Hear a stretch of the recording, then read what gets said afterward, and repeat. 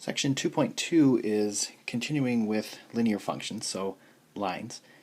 And questions 1 and 3 were asked to graph the following linear functions.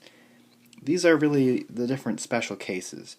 So if you have y is just equal to a number, and if you have x is just equal to a number.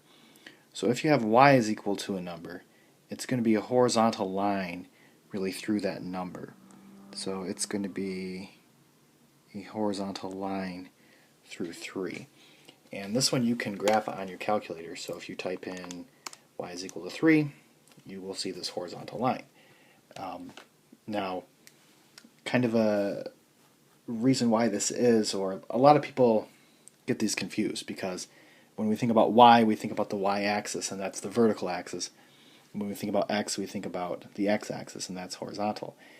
But this really is the case here, that y is equal to a number would be a horizontal line, because if you just look at any point, so like here this would be negative 7, 3, this would be 2, 3, and this would be like 8, 3.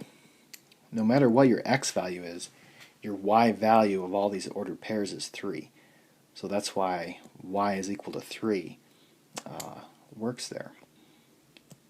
Let's look at the other one, x is equal to 4. Now this one you can't graph on your calculator. But if we just draw a vertical line through 4,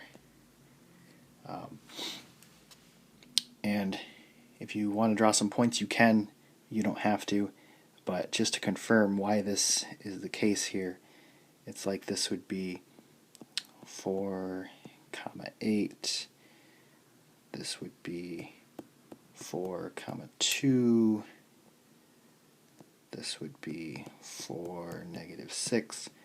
So the x value of every point on this line is 4. So that's why it's x is equal to 4.